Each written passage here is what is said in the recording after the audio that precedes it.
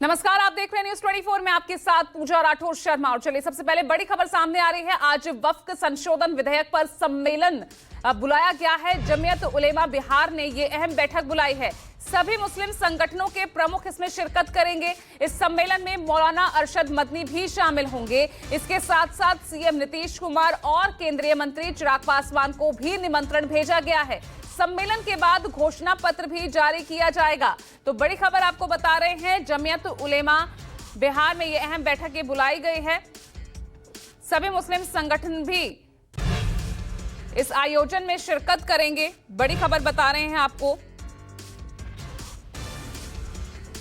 आज वक्फ संशोधन विधेयक पर यह सम्मेलन बिहार में, जिसके लिए सीएम नीतीश कुमार और चिराग पासवान को भी निमंत्रण भेजा गया है। इस सम्मेलन में सभी मुस्लिम संगठनों के प्रमुख भी शामिल होंगे। मौलाना अरशद मदनी भी इस सम्मेलन का हिस्सा बनने वाले हैं। तो जमीयत उलेमा ने ये अहम सम्मेलन वक्फ संशोधन बिल को लेकर बुलाया है। और खबर यह भी मिल रही है कि सम्मेलन के बाद घोषणा पत्र भी जारी किया जा सकता है। एक बेहद ही स्ट्रांग मैसेज यहां से देने की कोशिश की जाएगी।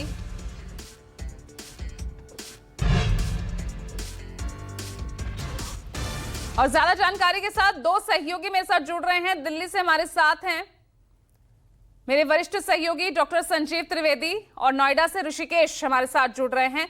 संजीव, पहले आपके पास आ रही हूं। संजीव, वक्फ बोर्ड संशोधन बिल और बिहार इसके लिए बन गया है बैटलफील्ड, ये कहें।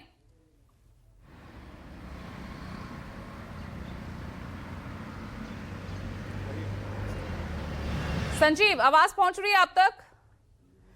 मुझे लग रहा है डिस्कनेक्ट हो गया है संजीव से। ऋषिकेश, आपके पास मैं आ रही हूं। बिहार के विधानसभा चुनाव सर पे शीतकालीन सत्र कल से शुरू हो रहा है। वक्फ संशोधन बिल को पास कराना और कल एक स्ट्रांग मैसेज महाराष्ट्र में अपनी प्रचंड जीत के बाद वक्फ संशोधन बिल को लेकर भी पीएम ने दिया।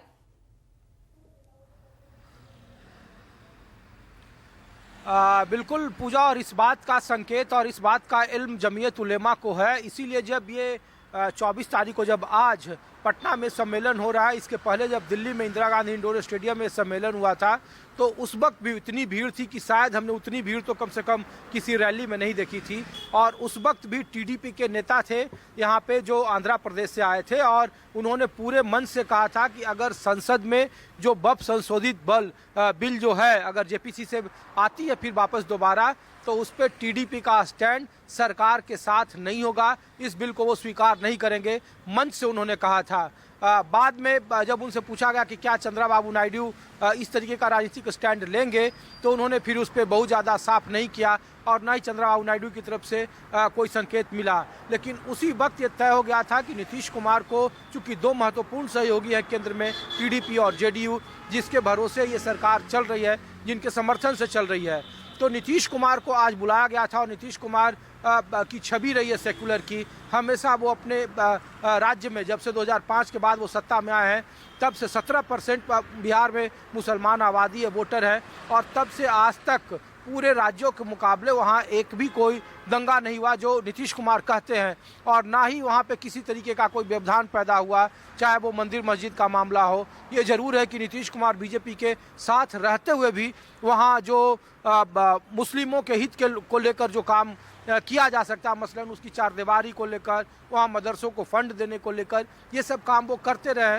तो लगता है कि शायद नीतीश कुमार भले ही बीजेपी के साथ है, लेकिन अपनी सेक्युलर छवि को वो बरकरार रखेंगे, इसीलिए उनसे समर्थन मांगे जाने की कोशिश की जा रही है, और इसीलिए पटना में सम्मेलन हो रहा है। जहाँ तक मेरी जानकारी है, नीतीश कुमार इसमें शामिल नहीं हो रहे हैं। हो सकता है कि उनके जो अल्पसंख्यक प्रकोष्ठ के कोई नेता हों, उन्हें भेज दिया जाए वहाँ पे और वो अपनी बात रखें। लेकिन जिस तरीके का मौजूदा आधार है और जिस तरीके से नीतीश कुमार बार बार कहते हैं कि उनसे गलती हो गई है, वो उधर नहीं जाएंगे, लेकिन कुछ मामलों में, क्योंकि इसी वक्फ संशोधन बिल को लेकर जब संसद में ललन सिंह जो नेता हैं जेडीयू के संसदीय बोर्ड के, जब वो बोल रहे थे, तो जिस तरीके का जेडीयू का स्टैंड था वो बिल्कुल स्पष्ट था। अब ऐसे में 17% वहाँ वोटर हैं।